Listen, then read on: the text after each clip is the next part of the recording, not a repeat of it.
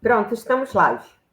Estamos live mais uma vez com a nossas entrevistas da nossa empresa Terceira Cultura, que é uma empresa focada em treinamento, em coaching, em mentoria para pessoas que estão trabalhando em times multiculturais, para pessoas que atendem pessoas que estão em times multiculturais, que são curiosas, que são expatriadas, ou seja, basicamente todo mundo, né? Porque hoje todo mundo tem algum pé no mundo, porque o mundo realmente virou plano e globalizado.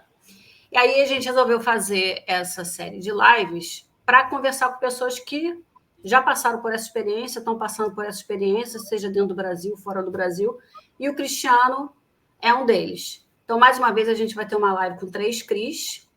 Então, espero que vocês se entendam aí, a gente vai tentar se entender por aqui.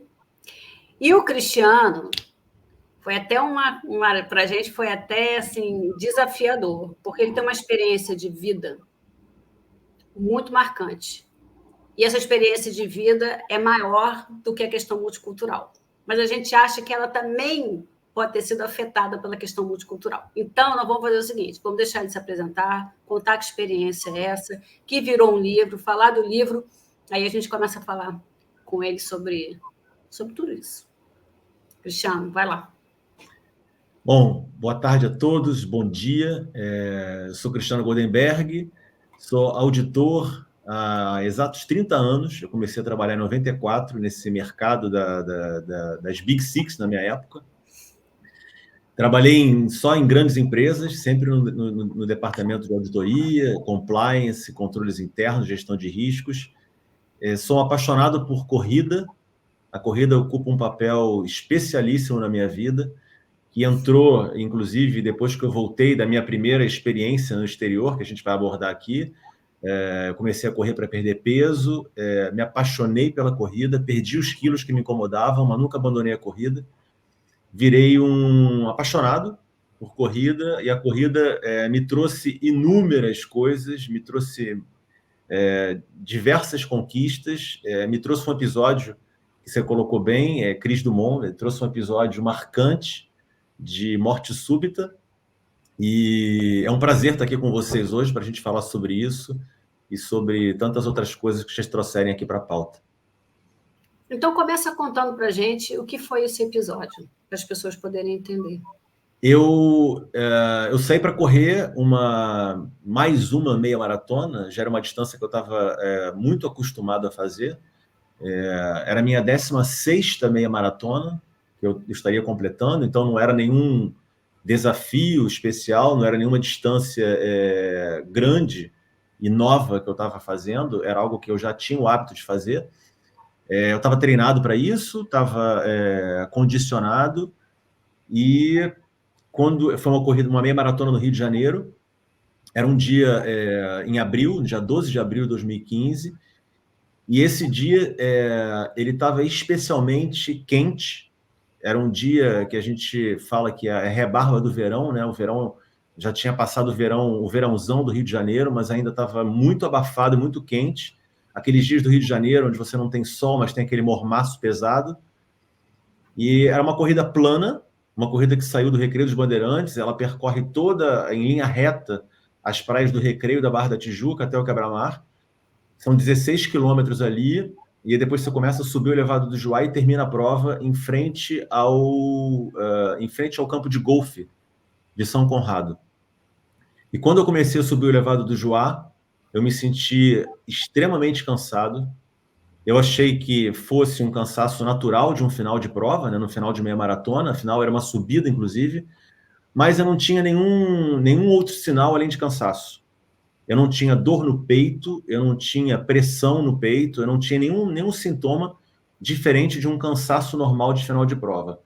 E aí, no quilômetro 17, eu levei a mão ao peito e eu parei de correr. Eu me lembro de parar de correr, porque era uma subida, e aí eu fui alternando entre caminhada e corrida até o quilômetro 19, onde eu levei novamente a mão ao peito e eu caí correndo sem vida, com o rosto no asfalto. E aí eu tinha vivido uma experiência de morte súbita. Nossa, Cris. Bom, primeiro, um prazer ter você aqui, depois da gente já ter tido a oportunidade de trabalhar antes.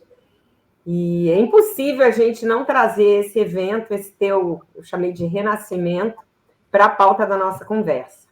No seu livro, você repete muito que nada acontece por acaso, e eu acho que isso tem muito a ver com o senso de poder e responsabilidade, que é do framework do Felipe Rosinski, que é uma das dimensões do framework dele, e porque tem muita cultura que é justamente o contrário, né? Tudo depende de você. Impossible is nothing, just do it. E o Cris não, o Cris fala o contrário, que nada acontece por acaso. Quanto desse incidente influenciou nessa tua crença? Você já era uma pessoa assim? Cris, eu inclusive falo um pouco sobre isso, né, nesse livro que eu escrevi, relatando esse episódio da morte súbita. Por quê? Porque eu estava num momento de vida, em 2015, onde eu estava absolutamente desacreditado da humanidade. Eu não acreditava mais no ser humano, né? Por muitas questões que, inclusive, não mudaram de lá para cá, mas eu acho que o que o evento me trouxe, eu vou chegar lá, é uma mudança de olhar, uma mudança de perspectiva, é uma mudança de foco. Porque o mundo de 2015, ele é pouco diferente do mundo de 2024, né? Então, eu estava pessoalmente muito impactado por muitas notícias que a gente vê aqui, né? De violência, de injustiça, de destruição do meio ambiente, de corrupção, enfim, né? Uma avalanche de notícias que a gente vê acontecendo no mundo. E eu estava muito impactado com isso e eu estava me questionando sobre: será que a humanidade deu certo? Será que há solução para isso? E aí, justamente nesse momento que eu estava passando por esse questionamento, eu vivo uma situação onde eu perco a vida, literalmente, porque uma parada cardíaca, né? Enfim, meu coração parou de bater, eu parei de ter oxigenação no cérebro, o que me levaria a óbito, ou, se eu fosse salvo, poderia, uma grande probabilidade de me levar a uma sobrevida com muitas sequelas, né? Eu teria sequelas neurológicas.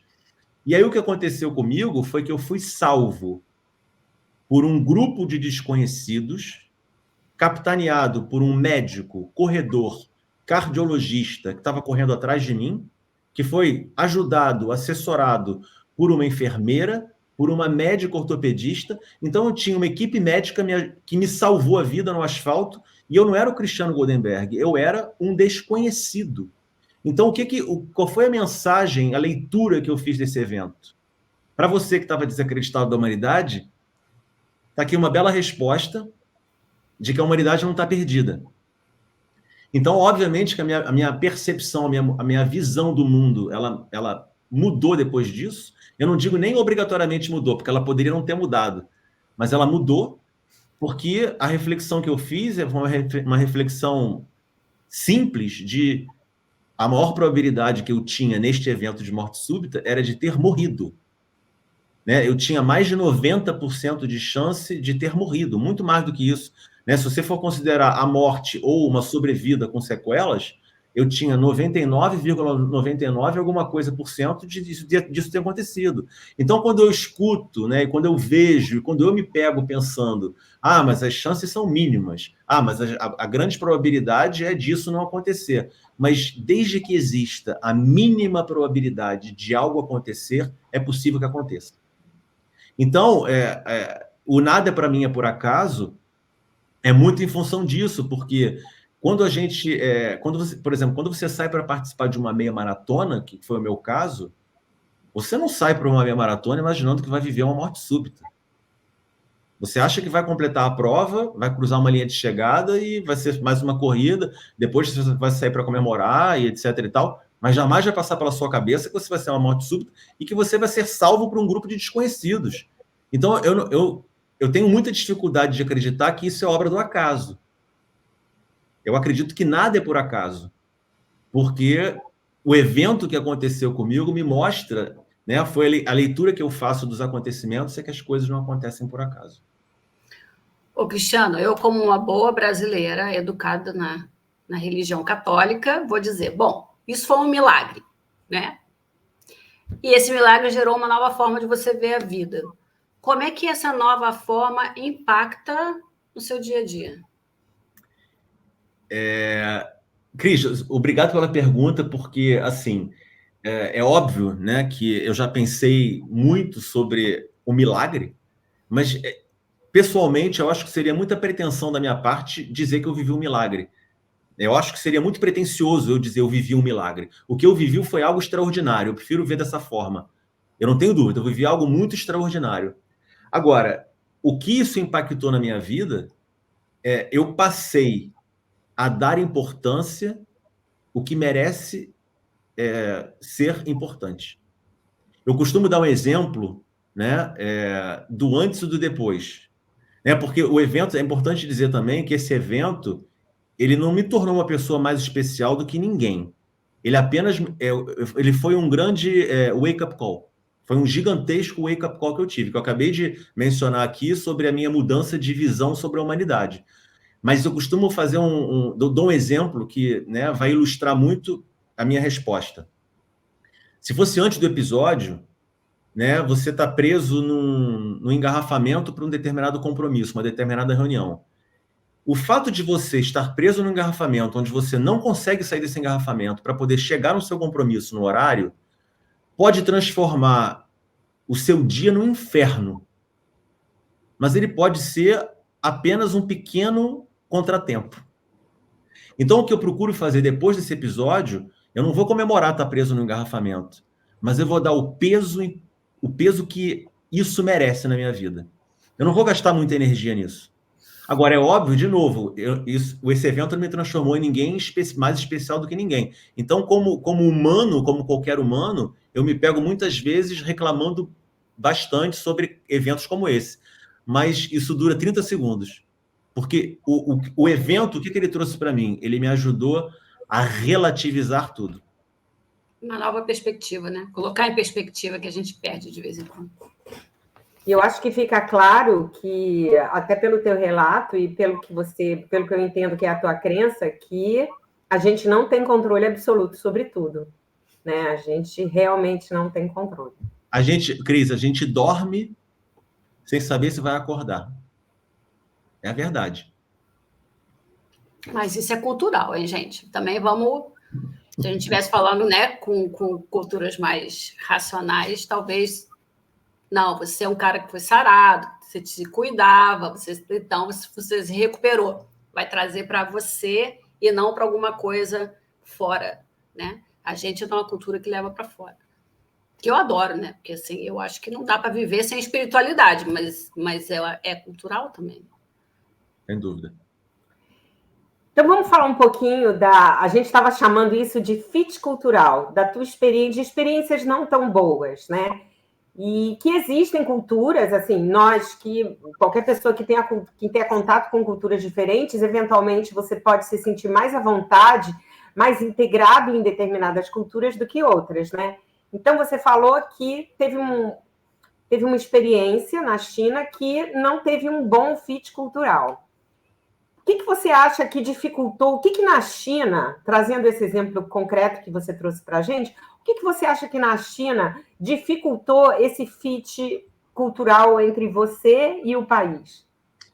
Cris, assim, quando a gente muda, né, do nosso país de origem, onde a gente já está acostumado com o modo de vida, com o comportamento das pessoas, com as rotinas, com o modo de funcionamento das coisas, o primeiro ponto é que a gente não pode esperar se mudar para um determinado, um outro país, esperando que vai ser uma cultura semelhante à cultura do nosso país de origem. Esse é o primeiro ponto.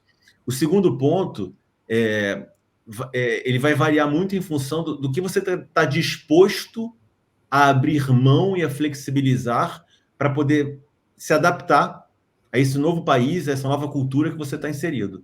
No meu caso específico da China, o grande ponto de partida, embora eu tenha ido para a China com muita pesquisa, muita informação, eu fiz um trabalho de buscar informações com relação ao país onde eu estava indo. Eu não fui para a China achando que eu estava indo para um país do Ocidente. Eu sabia que eu estava indo para o Oriente, e aí já é o grande gap, né, que a gente pode colocar aqui, que são entre os países ocidentais e os países orientais. São culturas muito diferentes. Se você muda de um país ocidental para outro, ou de um país oriental para outro, o choque é menos importante.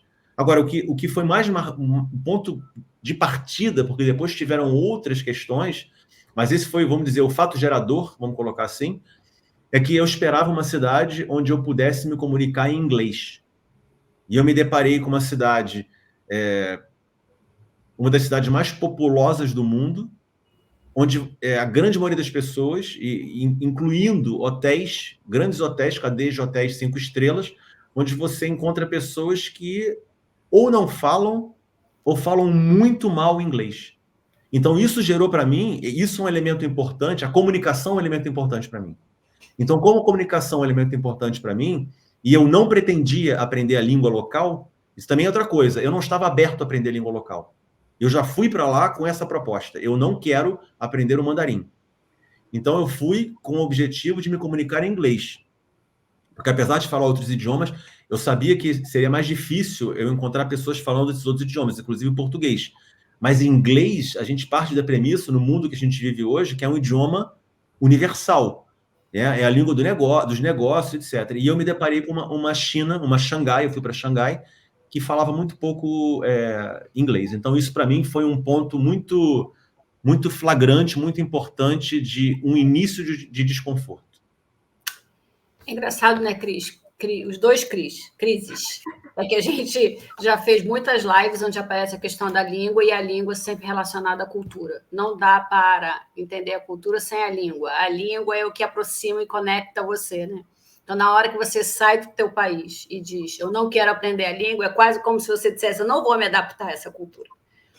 Mas a pergunta que eu tenho para te fazer é a seguinte, você falou que buscou informações, né? Eu e a Cris, a gente trabalha com fornecer essas informações. Aonde você for buscar informação?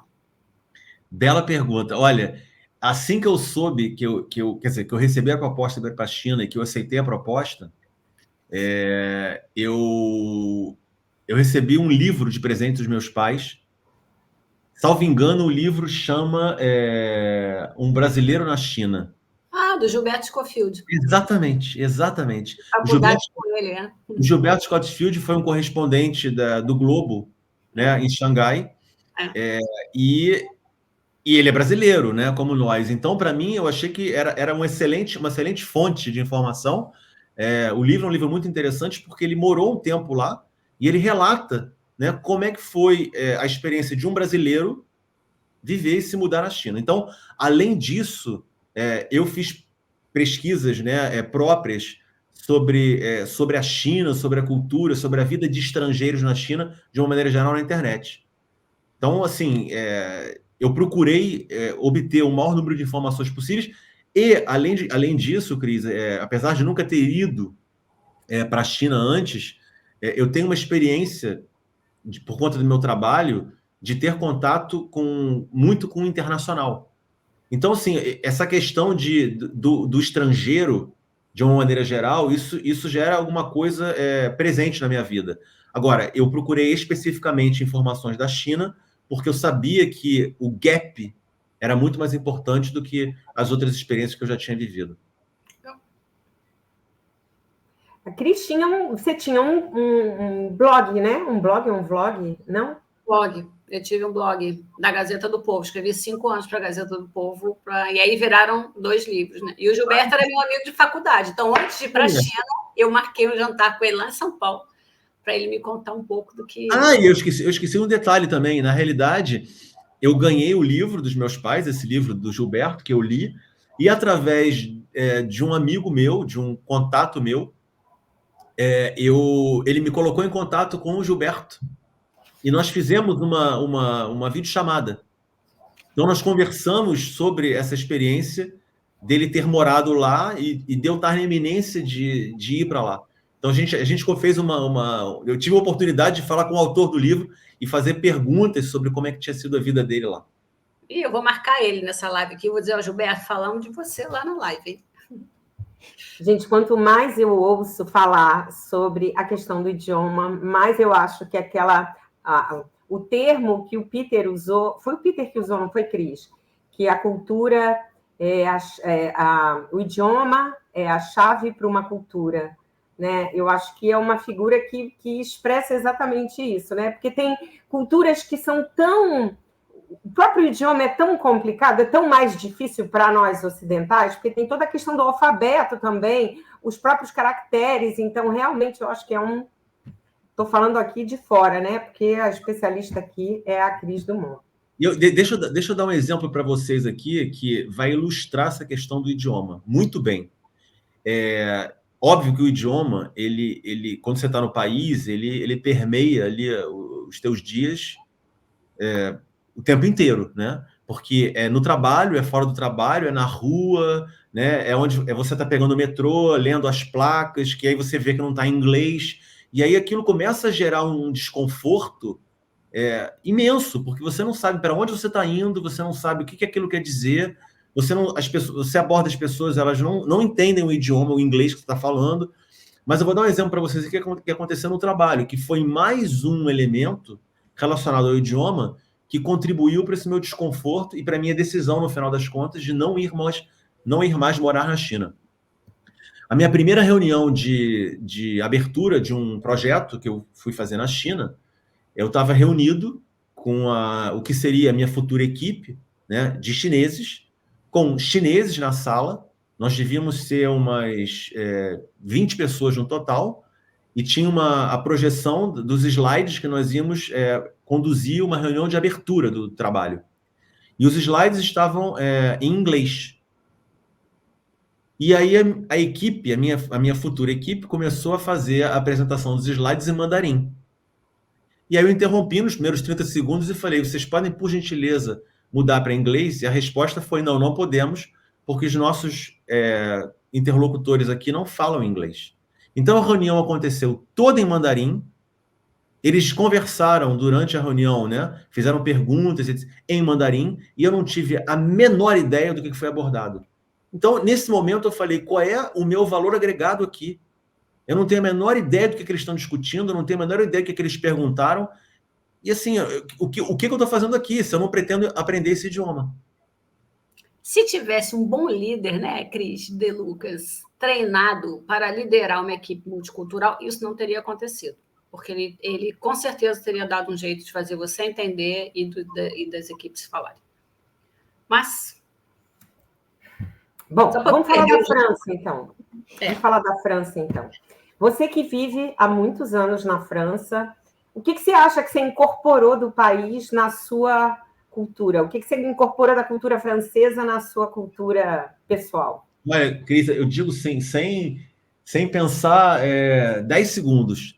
Né? Existe, óbvio que o que eu vou dizer é muito estereotipado, mas, bom, vocês vão me compreender certamente, porque o brasileiro tem uma fama, e aí óbvio que isso é uma generalização, e toda generalização é injusta, mas uma fama de não respeitar horários.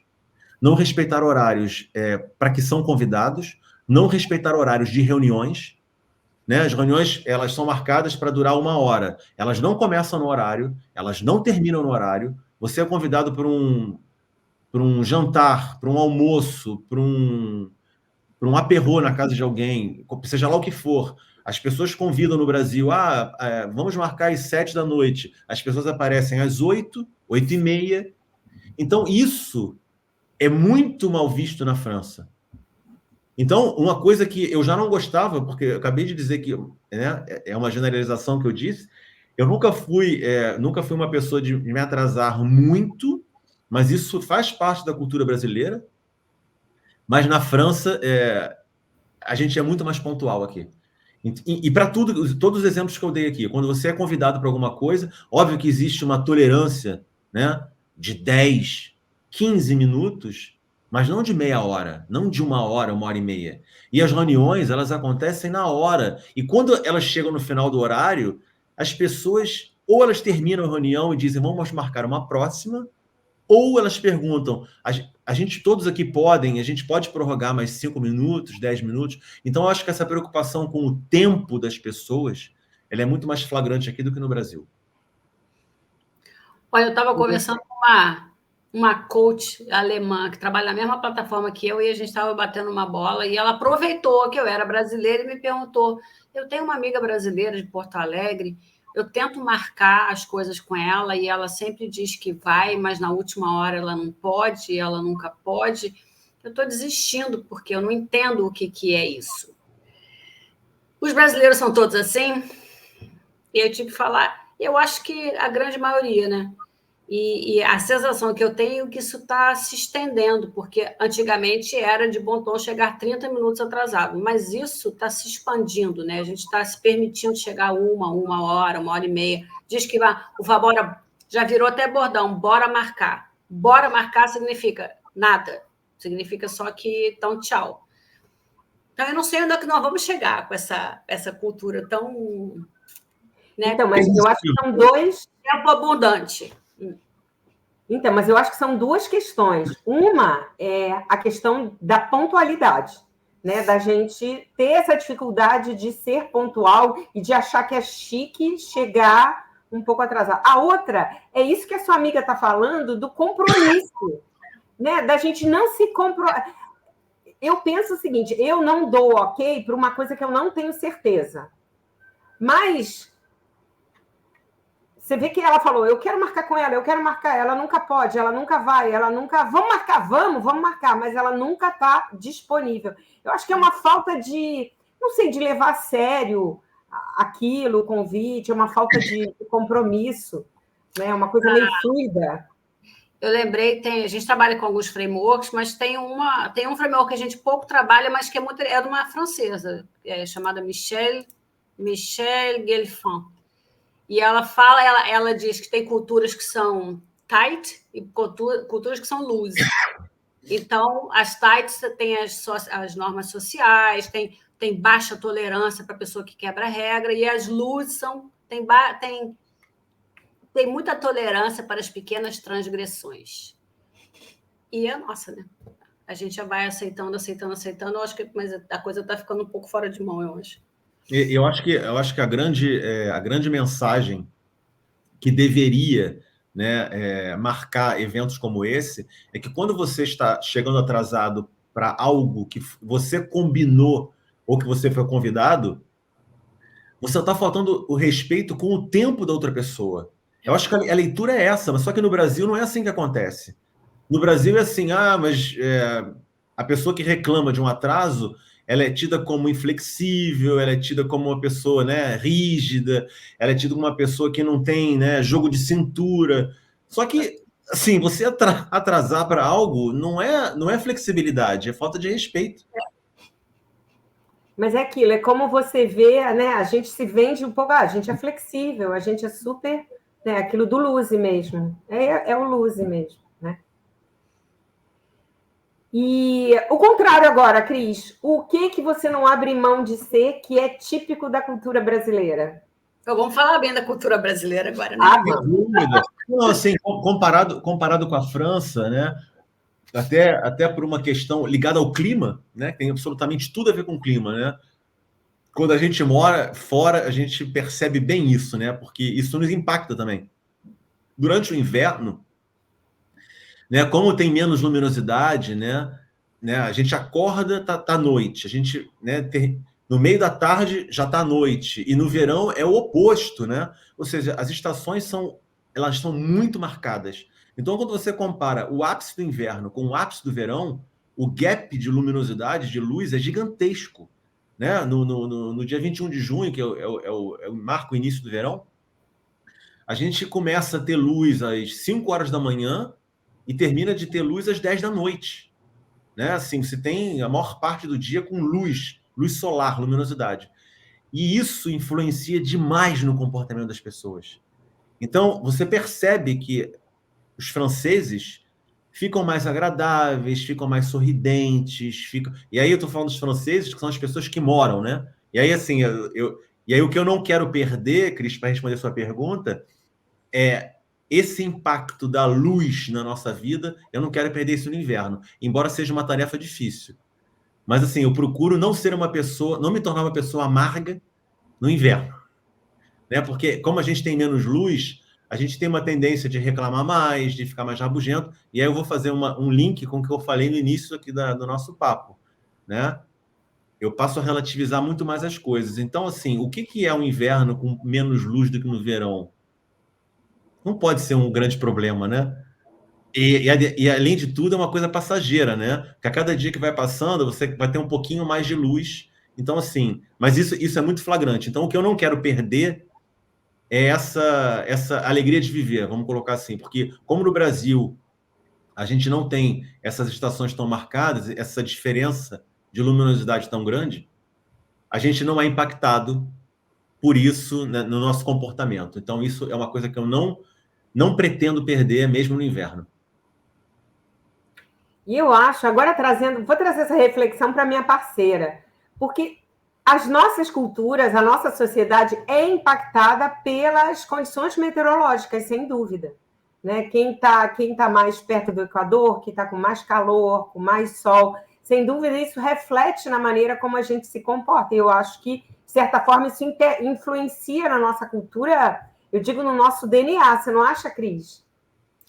Até no mesmo país, né? Você pega o norte da Itália e o sul da Itália, pega o sul do Brasil e o norte do Brasil, e a gente tem um impacto do sol, né?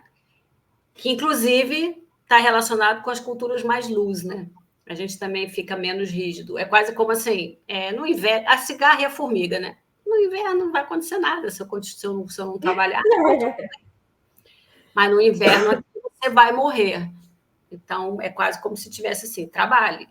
Né? Então, são mentalidades diferentes que estão relacionadas com a questão do tempo mesmo. Vamos falar um pouquinho dos exemplos que você trouxe vários exemplos, alguns eu até conheço pessoalmente, mas sobre a questão da hierarquia, a hierarquização no ambiente de trabalho. Tanto o Brasil como a França, pelo diagrama de Hofstede, do The Culture Factor, apresentam a dimensão power distance, ou hierarquia, muito semelhantes. Nós somos uma sociedade, nós brasileiros e os franceses também, muito hierarquizados. E você cita vários exemplos no teu livro. Você podia falar um pouquinho desses exemplos? E, de repente, no Brasil e na França, né? Para a gente confirmar a questão da hierarquia. Essa pergunta é uma pergunta muito interessante, porque apesar do indicador, né, mostrar que, em termos hierárquicos, a França é próxima do Brasil, eu percebo que, tendo vivido, né, experiências profissionais no Brasil e na França já há alguns anos, eu percebo que o Brasil é ainda mais hierarquizado profissionalmente do que a França. O que eu quero dizer com isso? No Brasil existe quase que de uma maneira geral, né? De novo, né? Eu vou trazer aqui uma visão talvez estereotipada, mas que ilustra de uma maneira geral o comportamento de um povo. No Brasil existe muito mais do que respeito pela hierarquia. É quase que uma submissão. Submissão, obrigado. Era isso que eu queria dizer. É quase isso. É como se o empregado ele tivesse permanentemente ali com o pires na mão, né, agradecendo todos os dias, tendo aquele trabalho, e aí ele se submete a tudo e a qualquer coisa. Ele acha que ele dizer não, isso pode comprometer a estabilidade dele no trabalho. Né? Então, assim, eu tenho exemplos, né, reais de extensão do horário de trabalho. Né? Você tem um horário de trabalho padrão de 9 às 18. E aí, com frequência, o trabalho pede, o seu chefe pede que você fique além do seu horário de trabalho, né? Para sair às 19, às 20, às 21. Só que você faz isso em detrimento da sua vida pessoal, da sua vida fora do trabalho. E quando você desequilibra a balança, não vai dar certo. Porque você vai impactar a sua vida pessoal e você vai também impactar a sua performance na vida profissional. Se eu comparo o que eu acabei de dizer no Brasil com a França, você não tem uma cultura de submissão, uma cultura de servidão, você tem uma cultura de hierarquia, que é uma cultura apenas hierárquica. Eu não sou um submisso ao meu chefe. Eu sou um colaborador do meu chefe, onde eu tenho mais conforto de expor os meus pontos de vista, mesmo que estejam desalinhados com os dele, né? Eu posso colocar, não, isso eu não concordo, etc. e tal, sem que eu ache que isso vai prejudicar a permanência do meu trabalho, né? Não vai colocar em risco o meu emprego. Né? Isso é uma coisa. Então, e outra coisa relacionada ao equilíbrio entre vida pessoal e profissional, isso também eu vejo de uma forma muito flagrante uma diferença entre a França e o Brasil, porque o exemplo que eu acabei de dar no Brasil, ele acontece raríssimo na França. Raríssimo. E outra coisa que eu percebo muito é que, até porque, relacionado ao que a gente acabou de falar aqui, de aspectos culturais na França e no Brasil, é muito mais fácil você criar vínculos pessoais com pessoas no trabalho no Brasil do que na França. E isso acaba sendo prejudicial para todo mundo, porque depois você não consegue ter imparcialidade para avaliar as pessoas no trabalho pela performance delas, única e exclusivamente pela performance, porque você vai acabar misturando isso com aspectos pessoais com que você se identifica mais ou menos. Isso é mais difícil de acontecer na França. O Cristiano, eu estou com um cliente de coaching que ele é brasileiro na França. Inclusive, foi para a França sem falar francês, o chefe dele disse, não tem problema, pode ir. Então, imagina como ele está lá no escritório.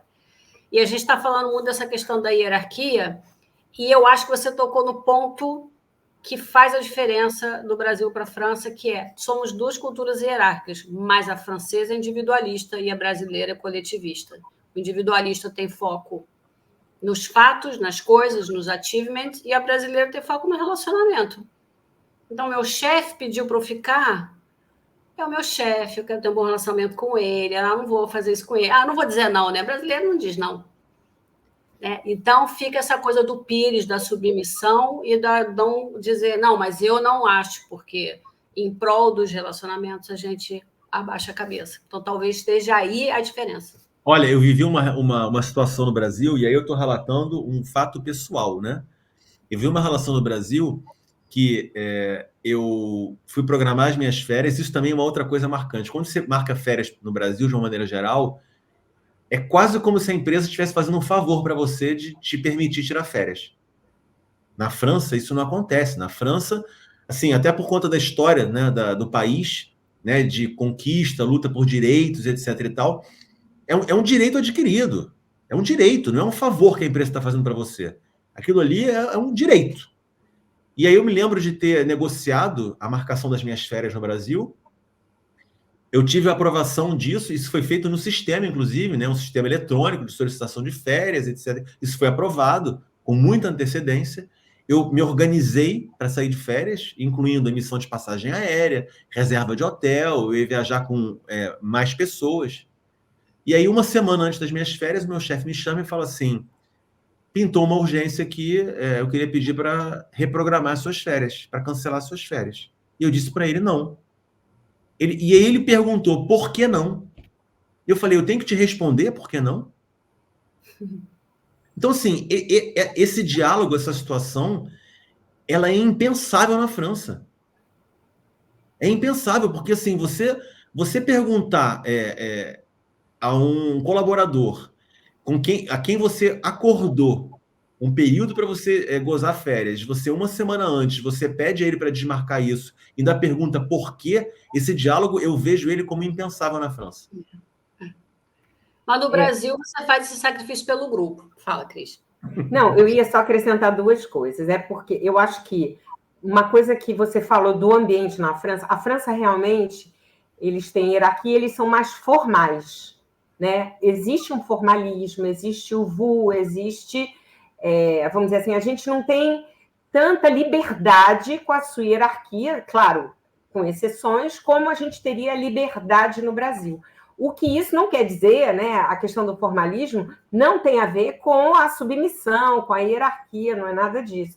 Acho que isso é um ponto importante, porque essa questão do formalismo foi uma coisa que me chamou a atenção na França, né? Porque a gente é sempre um pouco... a gente é bem descontraído, né? Quer ter um ambiente de trabalho descontraído, e eu acho que na França eles são realmente mais formais. E essa questão das férias, infelizmente, tem empregador que, porque bem ou mal na CLT é um direito deles marcar, é um direito nosso tirar as férias, mas é um direito deles escolher quando vai ser suas férias, né? E eu acho que, de repente, na França, isso é impensável, né? Você deixar o teu empregador escolher quando é que você vai tirar férias. Então, acho que tem uma questão cultural aí que ainda não está implementada, talvez. E eu quero dar outro exemplo aqui para vocês, também real, que eu vejo, inclusive, relatos de amigos que estão no Brasil, trabalhando no Brasil, e que dizem para mim assim, Cristiano, essa coisa de mensagem fora do horário de trabalho para o WhatsApp no Brasil, mensagem de trabalho, é um inferno, porque as pessoas mandam mensagem a qualquer momento, né? Elas não respeitam assim o horário de 9 às 6, ou vamos dizer assim, de 7 da manhã às 8 da noite, não. Mandam mensagem às 10, às 11, no meio da madrugada. E aqui na França isso também é impensável. Aqui na França existe um documento chamado direito à desconexão, que é um engajamento das empresas, que elas assinam um documento dizendo: todo e qualquer colaborador da nossa empresa tem o droit à la déconnexion. Então, assim, eu dei esse exemplo aqui do horário, né? Porque é claro que o droit à la déconnexion, ele não é estritamente no horário de 9 às 18, né? Tanto é que ele fala assim, você pode 1 hora antes e 2 horas depois. Então, assim, entre 8 da manhã e 8 da noite, você pode mandar mensagem, mas fora dessa plage horaire, não. Então, assim, entre 8 da noite e 8 da manhã, isso, inclusive, pode gerar um problema trabalhista. Porque, assim, você está no horário de descanso, horário de lazer, horário pessoal, e você está mandando mensagem de trabalho. Então, assim, isso é impensável aqui.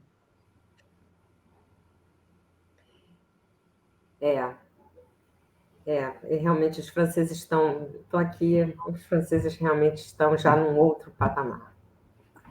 Então, vamos fazer uma outra pergunta sobre a questão do ambiente de trabalho também. Em algumas culturas, como a chinesa e a americana, a competição é muito estimulada. Então, você ser o melhor, você se destacar, é muito importante. No Brasil, o nosso índice nessa dimensão, que é uma dimensão de competição, né, de quanto a sociedade é competitiva, o quanto ela busca status, o nosso índice nessa dimensão é proporcional ao francês, que é menor do que o chinês e o americano. Os americanos são mais orientados à decisão e os franceses ao consenso. Isso, acho que no ambiente Michelin a gente vive muito isso, né?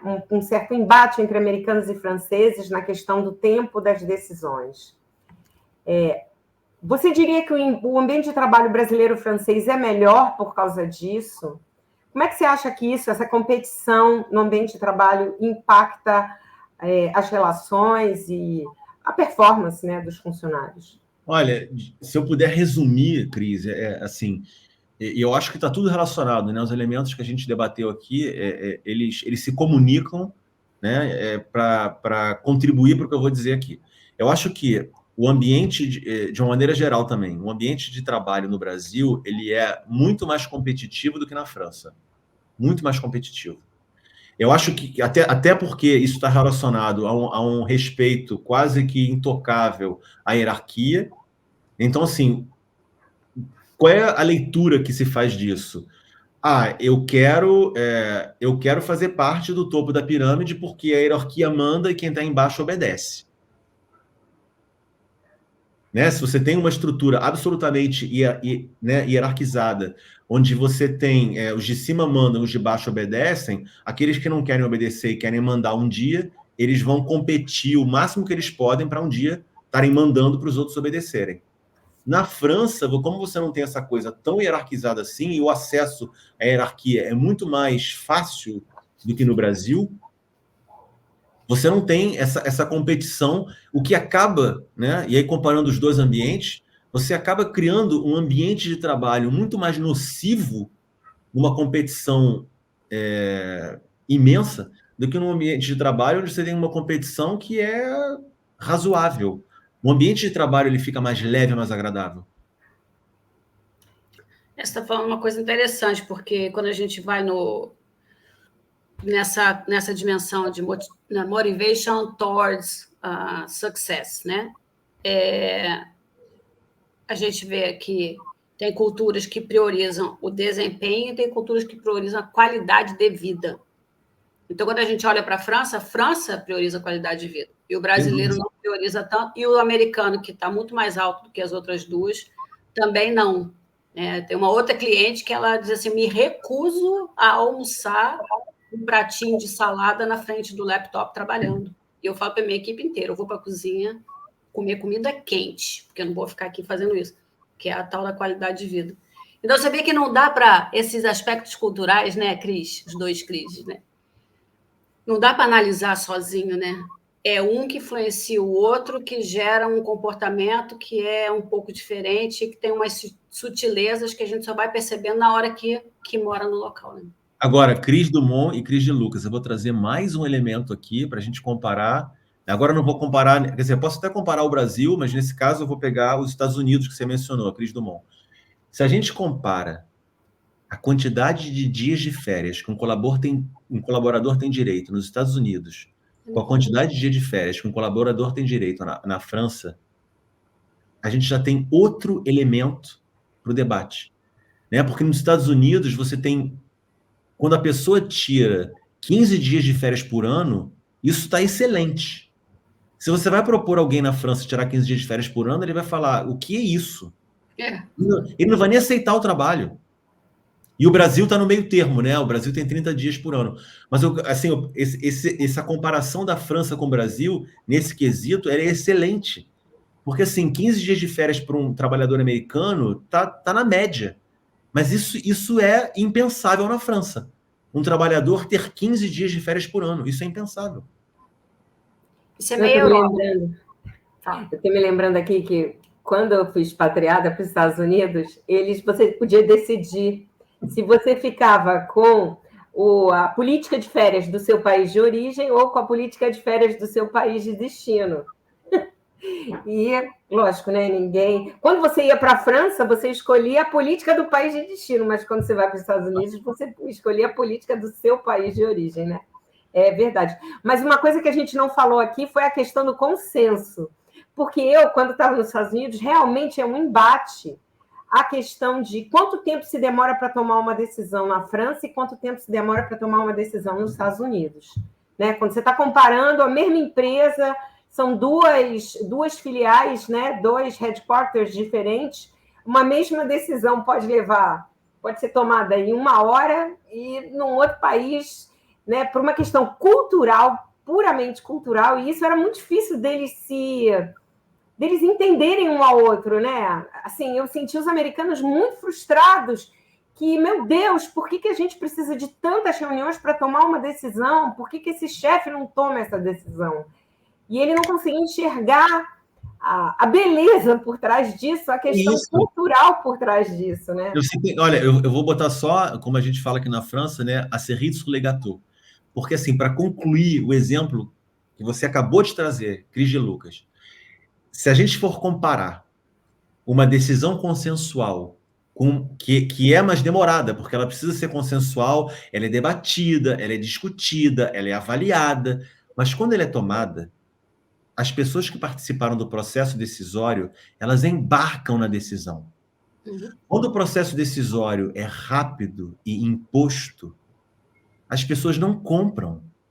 Elas não compram a ideia. Então, nem todo mundo vai embarcar. Então, assim, tudo, entendeu? Você tem prós e contras, você tem efeito e consequência.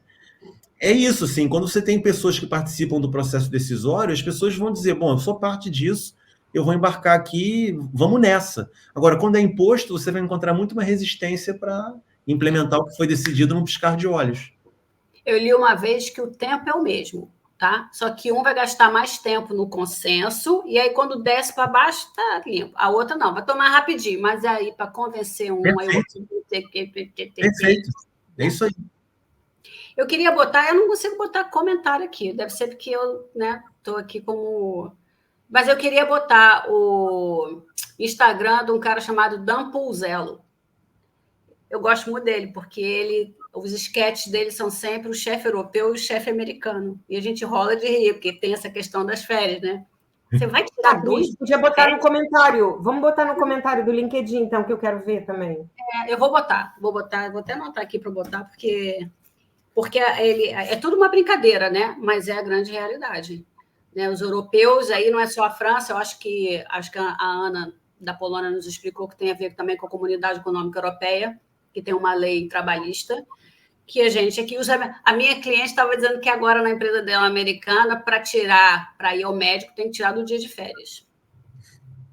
Como assim? Ela falou, então se você estiver muito doente, você vai ter que tirar do seu dia de férias. A não ser que seja alguma coisa muito, não sei das quantas. Aí você tem que provar.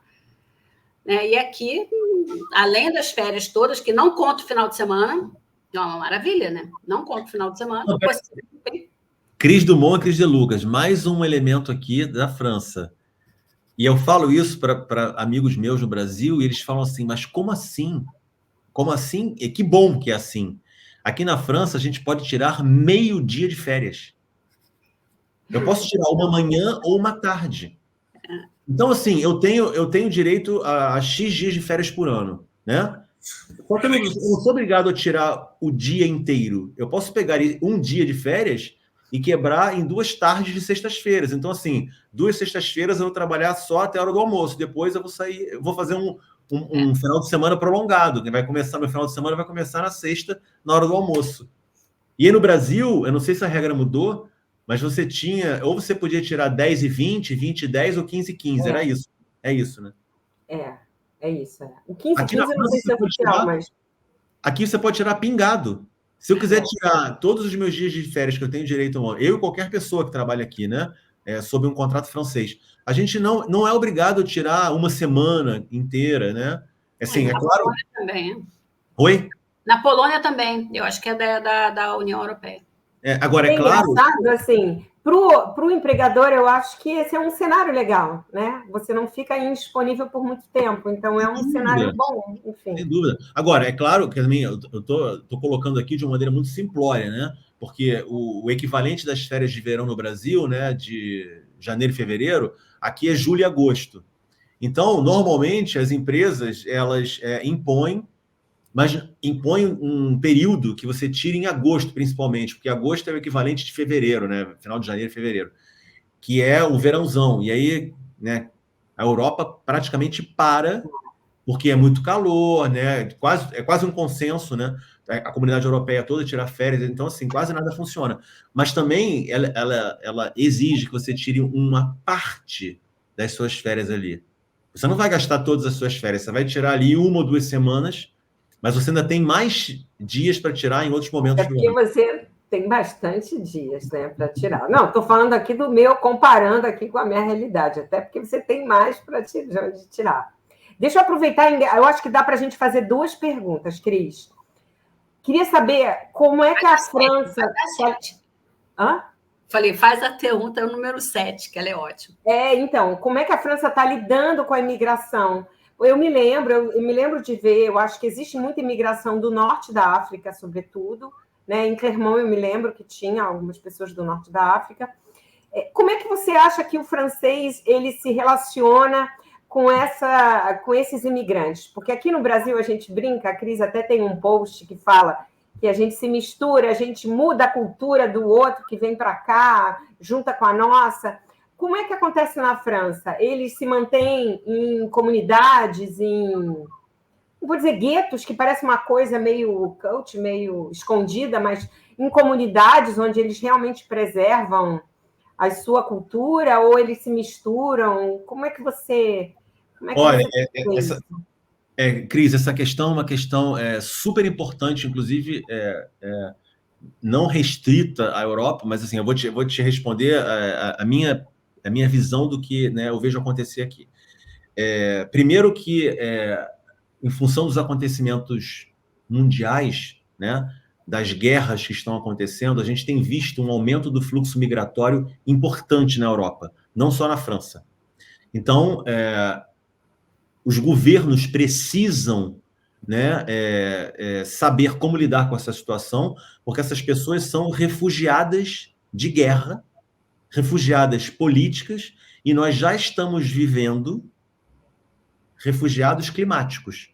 A situação que acabou de acontecer no Rio Grande do Sul, né? E que já aconteceu em outros lugares do mundo, né? É uma realidade cada vez maior a gente falar de refugiados climáticos. Então, assim, para responder a sua pergunta, em Paris, quando a gente fala de Paris intramuros, né, nos 20 arrondissements de Paris, não existe essa concentração por bolhas, né? Que a gente vê, inclusive, em Cris Dumont, a gente vê em Xangai, né? Tem um bairro em Xangai que concentra muito estrangeiro, né? Eu esqueci agora o nome do bairro, mas tem um bairro em Xangai que concentra muito estrangeiro. Aqui, não tem, não tem. Eu morava em Shenzhen, então eu sei que tem a parte francesa, tem a parte inglesa. Exato. Que inclusive tinha boulangerie lá vendendo croissant. Mas assim, aqui em Paris intramuros, até porque também Paris é uma cidade muito condensada, né? É uma cidade muito apertada. Você não tem isso. Mas quando você sai de Paris intramuros e você vai para cidades limítrofes, você encontra, né, determinadas concentrações de populações. Mas isso fora de Paris intramuros. Como se fosse num subúrbio, né? Nas comunidades num subúrbio.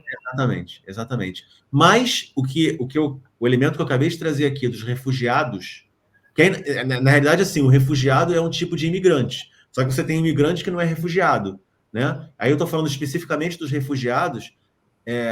Esses estão, infelizmente, eu digo infelizmente porque nenhum país estava preparado, né, para isso, né? Ninguém imaginava que a gente ia estar vivendo, né, uma guerra Ucrânia, Rússia, Palestina, Israel, né, movimentos, né, inesperados que implicam nessa movimentação obrigatória que torna as pessoas, né, o título de refugiado, e essas pessoas infelizmente vêm com uma mão na frente e outra atrás, assim como acontece também com os refugiados climáticos. E aí os países precisam se preparar para fazer esse acolhimento, porque essas pessoas vêm e, infelizmente, elas acabam em situação de rua, né? E assim, você já percebia isso depois da pandemia, né? A pandemia já trouxe um aumento desse tipo de população e esses eventos que eu relatei aqui aumentaram ainda mais. Então, o que eu vejo acontecer é um esforço do Estado francês, embora ainda não seja o suficiente para acolher, né, em número suficiente, mas existe um esforço do Estado francês para poder acolher essa população nas melhores condições possíveis.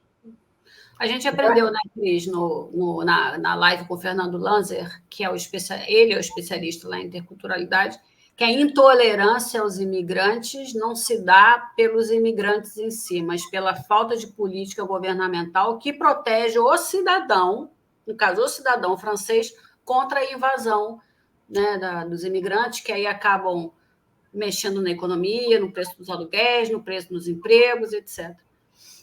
Não, então, assim, só para arrematar, então, hoje existem uma população de refugiados, como você falou, que estão, sei lá, em abrigos, né, talvez, em ambientes protegidos, né, suportados pelo governo, e os que vieram, que não são refugiados, vamos dizer, como você falou, que são só imigrantes, eles estão numa área, tipo um subúrbio, e eles realmente não se misturam, eles preservam a sua... Pensando aqui, estou pensando mais nos nigerianos, nos algerianos. É isso.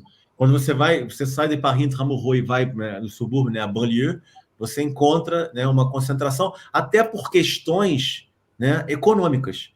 Porque para você morar em Paris intramuros é muito mais caro, né? Então, essas pessoas vêm com uma situação econômica menos, né, uma situação econômica fragilizada, e elas não têm... Morar em Paris intramuros é muito caro. Então, elas acabam indo morar na banlieue, porque são mais acessíveis, né? Enfim, elas conseguem pagar o aluguel que elas não conseguiriam pagar em Paris intramuros. A conexão de vocês ficou ruim ou só minha? Não, para mim tá...